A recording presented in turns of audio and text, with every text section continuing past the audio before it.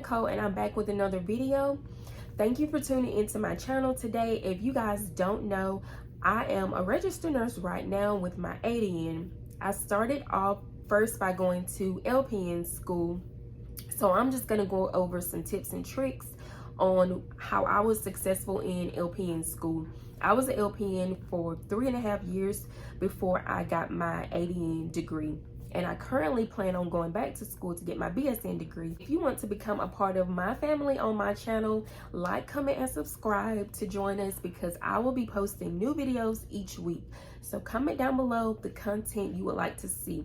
And I'm going to get into the video right now. I'm going to talk about how to be successful during LPN school or LVN school. So I just wrote down some quick tips and tricks that helped me out when I was going to LPN school with a toddler, and hopefully it will help you out as well to be successful in your program. So the first thing I put is to find your learning style. Nursing school is a lot different from taking the core classes like math, science, biology, English, because normally whenever you have tests, you make a study guide and then you just read over the study guide and take your test. But for nursing school, it is a lot different. My teacher had us to take this test to find our learning style. I will link it down below. So you may be a visual learner, an auditory learner. You may be a person that learns from writing down your notes, that type of thing, or just reading material from the book. So it's just a little quiz to help you find out your learning style. When I first started nursing school, I didn't know my learning style. I didn't really do the quiz at first, but I eventually did because I am a visual learner and an auditory learner. So I like to look at pictures and concept maps, watch videos on YouTube versus writing down my notes like I was doing in the beginning. I really wasn't doing that well. So I highly suggest you doing this quiz to find your learning style, because writing down millions of notes on flashcards, rewriting it on paper may not work for everybody, because that just may not be your learning style. You may not retain the information that way. I was able to retain information from looking at pictures because I could visualize the pictures in my head whenever I did the test, and looking at lectures on YouTube, listening to lectures on YouTube, because I could just memorize what they said better versus me reading the material on my own. The second thing is to plan out your study days. So normally the teachers will print off or post a syllabus online on the days that you have your tests, your clinicals, your class days. So get yourself a planner, plan out your days and the days that you have off to study. That's also a really big thing. You're going to have to study a lot. Every semester, you're going to have to study each week. Nursing school is a lot different from the core classes. Everybody will tell you that. You're going to have to study a lot each week. So planning out your study days are very crucial to completing your nursing program and also doing well and being successful in your nursing program. So that's another thing I did. I would plan out days I would study. I also work part-time. So I would just either study after work or before work, sometimes during work if I had downtime, after class. So just plan out your study days. The third thing I would say is my teachers would post pre-class assignments before we went over the actual material in class. Your teachers may call it something else. They may call it a study guide, but my teachers called it a pre-class assignment. So they would post materials on the things that we were learning ahead of time. So that way you could already go ahead and look at the PowerPoints, look at videos, so you would know what you were learning before coming to class. That some teachers actually even printed out a study guide of everything we was gonna go over in class, and we can just add notes to that. So I would say utilize those materials that your teachers post on your Canvas or whatever your little school modules are called. Look up the material before class, watch videos, read in your book, do whatever you can to help you like retain that information, so that whenever you do come to class, you're like, okay, I know what she's talking about. Because not all the time will your teacher just go over a PowerPoint and read like word from word. Sometimes we'll go to class, our teachers would have us do case studies. We would like break off into groups and do case studies pertaining to what we were learning. So like, let's say for instance, we were on OB. We would do a case study about a mom going into like preterm labor, and we would have to figure out like what meds and stuff we would think the doctor would be using for this patient to like stop the preterm labor. It wouldn't be like case studies like that. I'm trying to like think off the top of my head. The circulatory system, we had case studies of patients coming into the doctor offices with symptoms of like high blood pressure, high cholesterol, and we would just have to figure out like what was going on with them. They would just come in like with signs and symptoms, and we would have to pretty much do like a nursing diagnosis, meds that we think the doctor would prescribe for them.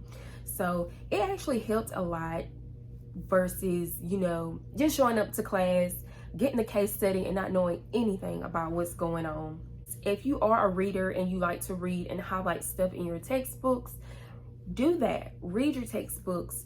Do the questions at the end of each chapter, because it may work for you, it may not work for you. Or rewrite like simplified notes that you read about in your textbook. You may be the person that's like a learner writing down notes, so try writing your notes down. Try using flashcards to help you study, to see if that works for you.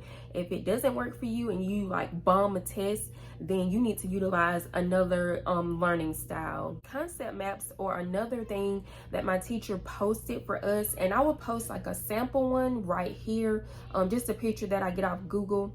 Sorry about my kids, y'all. They are home today with me, so I'm trying to record this video while they're in my son's room playing. This is kind of like, it's like the bigger picture. So it's like the disease process and everything that goes along with it. So like the medications used, tests used to diagnose this type of disease process, nursing interventions, things that you can teach the patient during like discharge, teaching for them to go home and do.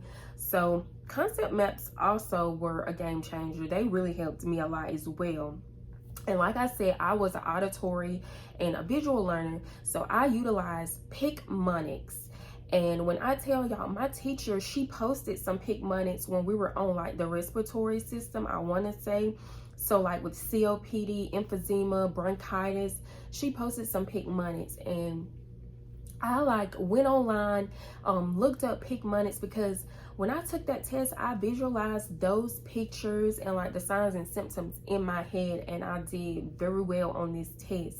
So I'm going to provide you all with a link and a coupon code to get some money off Picmonics. You can sign up, make an account, and you can pay like a monthly subscription, or you can pay the fee to use it for like a year or so. I'm going to comment my link down below so that y'all can use Picmonics if you utilize pictures for learning. If you are an auditory learner, I'm going to link some people down below that I watched. Nurse Sarah, of course, is at the top of the list. Simple Nursing with Mike. And I will comment down some more videos I utilized when I was in nursing school, but those two were the main two people that I would listen to while I was like cleaning up, driving in my car. I will listen to them. I listened to them on my way to take NCLEX, so I would highly recommend them. They literally go over every disease process that you learn in nursing school and just put it in a video and explain it a lot better than your instructor may be explaining it. So there were a lot of times I didn't get a disease process, but when I went and watched like Nurse Sarah or Simple Nursing with Nurse Mike, I was like, it clicked for me, and I was like, okay, I got it now. So I would highly recommend using them as well. Do practice questions. Do as many practice questions as you can to go along with the disease process that you're learning. So if you're on like OB, do all the practice questions in your book that you can find online. Try to do practice questions because that will get you thinking on how to like use the nursing process, utilizing your ABCs, airway, breathing, circulation, using Maslow's law to answer questions. Do questions because just reading the material alone, you will not pass. You need to learn how to think like a nurse. So doing practice questions and reading the rationales will show you how to like break a question down to answering it. Like I said before, getting those nursing strategies down will help you do good. So using the nursing process, assessment first, the ABCs, Maslow's hierarchy of needs. You'll learn all that in nursing school, but utilizing it to your advantage to wean out like answers that are not correct will help you get farther in nursing school. Sometimes you may have a test bank that comes with like your study material. We had like a website on Evolve that we got like a code to, and it was like maybe 5,000 questions. So our teachers really wanted us to get on there and do questions. When I was in school, you got bonus points for completing questions, but now I know that same school, I know some students that are attending, they have to do so many questions, and it's part of like their quiz grade work that they have to complete like so many questions, because questions really do help you in the long run. The next thing I would say is to utilize your instructors and your peers. Go to your instructors, tell them if you're having a hard time retaining the information. Tell them like if you bum a test, stay after class, talk to your instructors because they are there to help you. Your instructors can be your best friends in nursing school, so talk to them. Don't just leave and go home and mope. Figure out a game plan for you to utilize before your next test. Also, utilize your peers. The ones that are making really good on their tests, talk to them, see what they're doing to make good grades on their tests.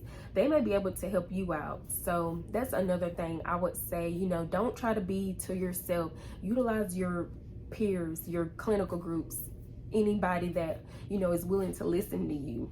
And the last thing I would say is just put in the work. If you put in the work, you will do well in nursing school. Not all the time that you have people just studying, doing practice questions and doing everything they can and just still not passing.